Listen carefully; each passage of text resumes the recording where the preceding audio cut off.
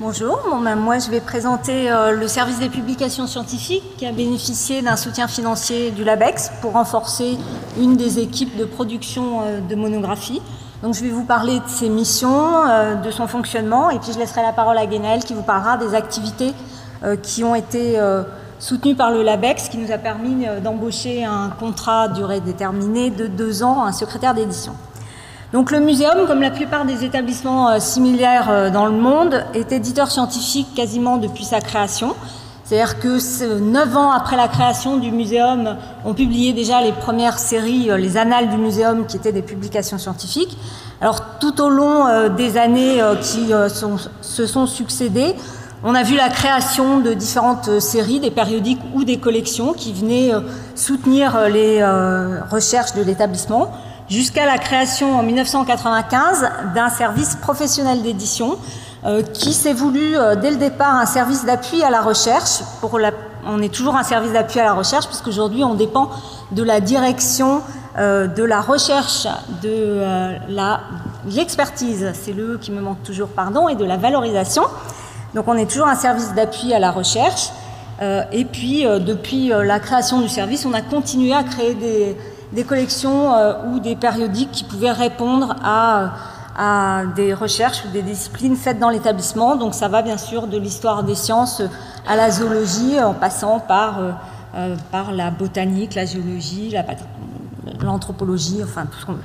Donc la ligne éditoriale du service des publications est simple. Le service des publications scientifiques publie des résultats de recherche valorisant les collections et ou les recherches de l'établissement dans ses domaines de compétences. Donc encore une fois, le champ est très large de toutes les disciplines qui sont faites dans l'établissement.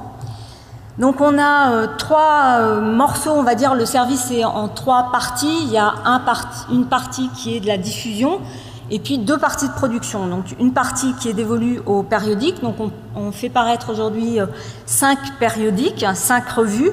4 d'entre elles sont couvertes par Thomson Reuters et bénéficient d'un facteur d'impact. La 5e est trop jeune puisqu'elle a été créée en 2011 pour avoir un facteur d'impact, mais elle a déjà toutes les qualités nécessaires au recrutement et elle a candidaté pour être couverte par ISI en décembre 2013. Donc vous voyez, on publie à peu près, je vous ai mis les chiffres pour 2013, c'est assez variable d'une année sur l'autre, mais en gros on publie 2500 pages, les 5 revues confondues. Les collections monographiques, alors là on vous a apporté des vrais ouvrages pour vous montrer que c'est pas juste des diapos et que c'est pas tout plein en 2D, hein, donc vous avez du 3D, c'est des vrais livres. On a des monographies, des collections donc dans toutes les disciplines. Là aussi je vous ai mis un petit échantillon, donc on a beaucoup de collections qui sont des collections on va dire traditionnelles, genre les mémoires du muséum que tout le monde ici devrait connaître. Et puis on a des collections qui se sont développées au fur et à mesure, donc par exemple la collection Archives en histoire des sciences, ou des collections qui sont coéditées avec des établissements. Alors ça peut être avec des établissements publics comme l'IRD par exemple, avec laquelle on coédite beaucoup. Ça peut être aussi des éditeurs privés comme Biotope avec lequel on coédite d'autres séries. Et puis ça peut être ponctuellement des ouvrages comme les Lémuriens de Madagascar qu'on a fait cette année et qu'on a copublié avec Conservation Internationale. Donc les procédures éditoriales du service sont assez similaires à n'importe quel éditeur scientifique. Donc là, j'imagine que c'est connu et reconnu par chacun d'entre vous, mais quand même, ça fait jamais de mal de rappeler. Donc on parle de la soumission d'un projet. En gros, on a environ 300 soumissions annuellement qui sont proposées au service. La première chose qu'on fait, c'est de savoir comment, si l'ouvrage ou l'article est recevable dans la collection dans laquelle il a été proposé. C'est-à-dire s'il suit la ligne éditoriale de la collection ou de la revue dans laquelle il a été proposé. Ensuite, on va procéder à l'évaluation, d'une part, l'évaluation scientifique, ce que vous connaissez sous le terme de peer review, et puis d'autre part, l'évaluation éditoriale. Donc on va s'assurer de la qualité de l'iconographie, de la pertinence de la biblio, etc. Ensuite, on va tout renvoyer à l'auteur pour qu'il corrige son texte, son manuscrit, et puis il va nous renvoyer un manuscrit révisé, à partir duquel il va y avoir l'acceptation ou le refus de l'article ou du manuscrit par le rédacteur en chef. Si y a un refus, ça s'arrête là, l'aventure s'arrête là, et puis si l'article est accepté pour publication, à partir seulement de ce moment-là, notre travail réel commence en termes de production. Donc là, on va voir la préparation éditoriale de l'article ou du manuscrit. On va voir l'évaluation des coûts, combien ça va coûter de l'imprimer, de le mettre en page. La recherche éventuelle de partenariat, donc ça peut être du partenariat de coédition, ça peut être aussi de la traduction, ça peut être du financement pour de l'iconographie quand ça manque parfois. Et puis il y a le travail de mise en page, alors très technique, mise en page, gestion des épreuves, rédaction éventuelle des contrats de différents types, et puis la sortie des presses. Et la sortie des presses, ça devrait être logiquement la fin et l'aboutissement du travail, à la fois du nôtre, mais aussi celui de la recherche qui a été fait avant. Mais en fait, ça ne suffit pas, parce que ce qui est le plus important, c'est la diffusion, l'indexation, la vente et le stockage dont on va s'occuper aussi. En gros, les deux choses, les deux mamelles de l'édition scientifique, c'est la certification, donc le peer review, et c'est aussi la diffusion de l'information scientifique et technique. Il ne suffit pas de publier un bouquin et de le mettre à la cave ou un article, mais il faut s'assurer qu'il puisse être lu, qu'il puisse être accessible à toutes les personnes et tous les chercheurs qui vont en avoir l'utilité. Alors là, je vous ai mis un code couleur parce qu'on adore ça dans l'édition. Donc en gros, en clair, vous voyez les gestes pour lesquels on a besoin d'une compétence scientifique. En foncé, les gestes qui relèvent purement d'une compétence technique éditoriale. Donc toutes les collections et toutes les revues au muséum sont sous la double responsabilité, d'une part d'un chercheur qui ne dépend pas du service, mais qui est un chercheur actif dans l'établissement et qui va venir nous aider au service, donc qui va venir 2 heures de son temps par semaine à peu près pour sa collection. Et d'autre part, donc lui, il est garant du fond. Et d'autre part, il y a un secrétaire d'édition qui, lui, est garant de la forme, de tous ces gestes techniques que vous ne voyez pas et qui sont du backstage, on va dire, et pour lesquels on a besoin d'éditorial pur et de technique pure. Donc, le rôle déterminant du secrétaire d'édition, ce que je vais vous dire là, c'est en gros, c'est celui qui fait du papier un article ou qui fait de votre manuscrit un livre, c'est le secrétaire d'édition. Le secrétaire d'édition, il a un rôle déterminant parce que c'est lui qui, d'une part, va s'assurer du respect de la procédure éditoriale dont on parle, s'assurer que ça a bien été envoyé au peer review, que c'est revenu, que le rédacteur est venu dire son mot. C'est lui qui va conduire les partenariats de coédition nécessaires. C'est lui qui va s'assurer de la structure, de la cohérence de la structure de l'article ou du manuscrit, s'assurer qu'il y a toujours une intro, toujours un titre, un sous-titre, etc. C'est lui qui va faire la concordance et la vérification bibliographique. Et croyez-moi, ça c'est ce qu'il y a de plus chronophage pour nous, s'assurer que tout ce qui est cité est en référence biblio et l'inverse, et que c'est correctement en référence biblio. Une correction typo-orthographique et grammaticale, ça c'est la base du métier, certes, mais pour la nomenclature et la taxonomie, ça appelle un autre regard. C'est qu'en fait, on s'aperçoit que en vérifiant les parenthèses, les tirets, les virgules, on est amené des fois à avoir des incohérences qui vont porter là cette fois-ci sur des erreurs de fond pour lesquelles on va faire appel à nos rédacteurs pour leur poser des questions parce qu'il y a quelque chose qui nous paraît incohérent. Il y a après toute une partie qui est beaucoup plus technique, de mise en page, d'iconographie. Alors ça peut être de la recherche iconographique, mais c'est pas forcément ce qu'on a le plus à faire. Mais c'est surtout de s'assurer qu'on a les droits de reproduire l'iconographie qu'on nous a donnée, de nettoyer, de légender, de vérifier la cohérence entre la légende et l'iconographie en question. Et puis le secrétaire d'édition, c'est aussi celui qui va établir les choix techniques. Donc par exemple, dire toute cette partie du bouquin, peut-être que ça relève plus d'un CD-ROM, toute cette partie, peut-être qu'on peut le mettre sur papier, peut-être qu'il faut faire du relié ou du broché, c'est-à-dire une couverture plus souple ou moins souple, parce que ça a telle et telle spécificité. Et puis c'est lui aussi qui va déterminer où est-ce qu'on doit indexer l'ouvrage, l'article, où est-ce qu'on doit le diffuser, à quels organes de presse on doit l'envoyer pour être sûr que le public, les chercheurs vont pouvoir trouver cet ouvrage ou cette revue. Maintenant, je vais laisser la parole à Guénel qui va vous parler des collections elles-mêmes qui bénéficient du soutien du LABEX. Bonjour.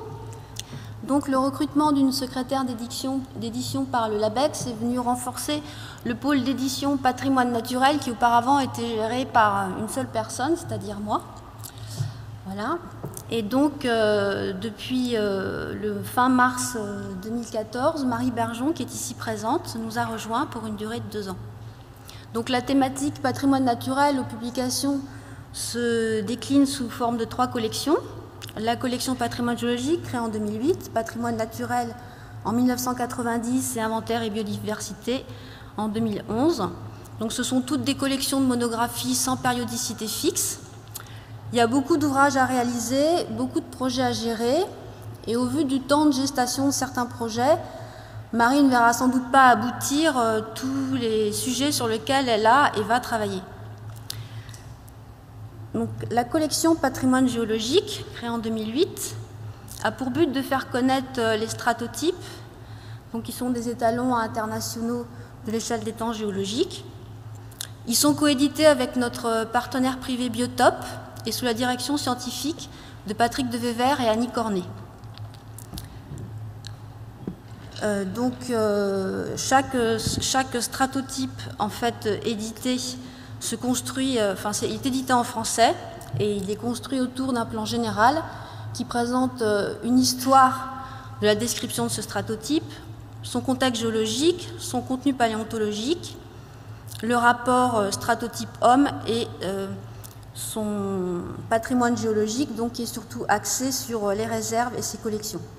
En général, on trouve en fin de l'ouvrage un CD avec la liste du contenu paléontologique et parfois certaines parties plus développées qui ne rentrent pas dans le plan général.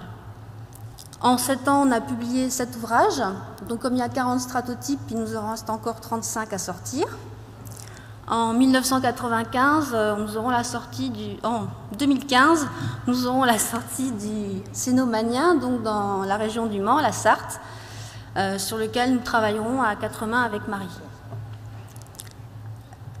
La collection Patrimoine naturel. Alors elle publie en français et en anglais des ouvrages sur la connaissance et la gestion de la biodiversité, sur des terrains donc, qui comprennent la France, l'outre-mer, l'Europe, mais aussi toute autre région géographique ou biogéographique, à l'exception des départements et des régions.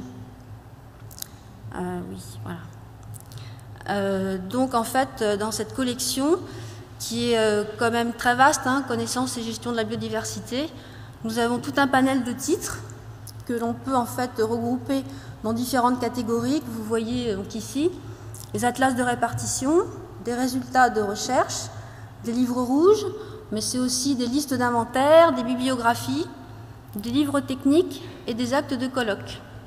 Donc on a en fait édité 71 titres en 24 ans. Et parallèlement à ça, les publications scientifiques publiées en fait dans le même créneau qu'un éditeur privé Biotop. Et comme nous avions en fait déjà tout un passé de coédition sur une vingtaine de titres depuis 2004, nous avons décidé de mutualiser nos moyens pour créer une nouvelle collection, Inventaire et biodiversité, dans laquelle sont édités des ouvrages qui sont acceptés par Biotop et par les publications scientifiques. Ces deux collections ont le même rédacteur en chef, Jean-Philippe Siblé, qui est le directeur du service du patrimoine naturel. Nous avons donc des projets dans ces ouvrages aussi. Donc 2014 verra la sortie dans Patrimoine naturel de Terrestrial Biodiversity of the Austral Islands, en anglais, donc qui est en fait un résultat d'expédition sur les îles australes de Polynésie française. En 2015, nous aurons des actes sur le colloque du balbuzard pêcheur qui a eu lieu à Orléans en 2013.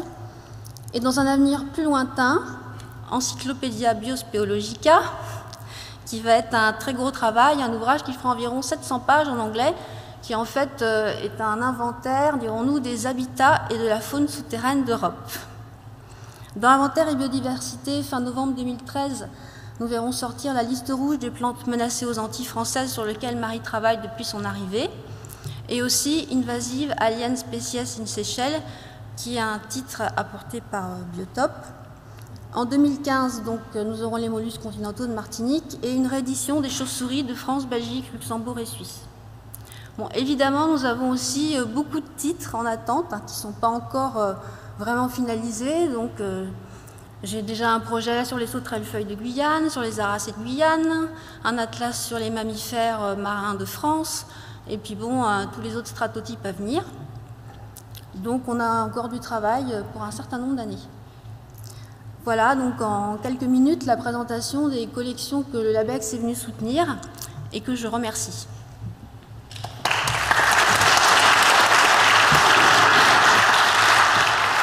Moi, ce qui me semble intéressant, c'est qu'effectivement, il y a un lien, c'est d'ailleurs pour ça que notre comité d'organisation l'avait mis dans la même demi-journée, il y a un lien très fort, effectivement, entre les inventaires et cette activité. Hein. C'est pour ça qu'on a souhaité, d'un commun accord avec Laurence, on a souhaité financer plus spécifiquement avec le LABEX les monographies.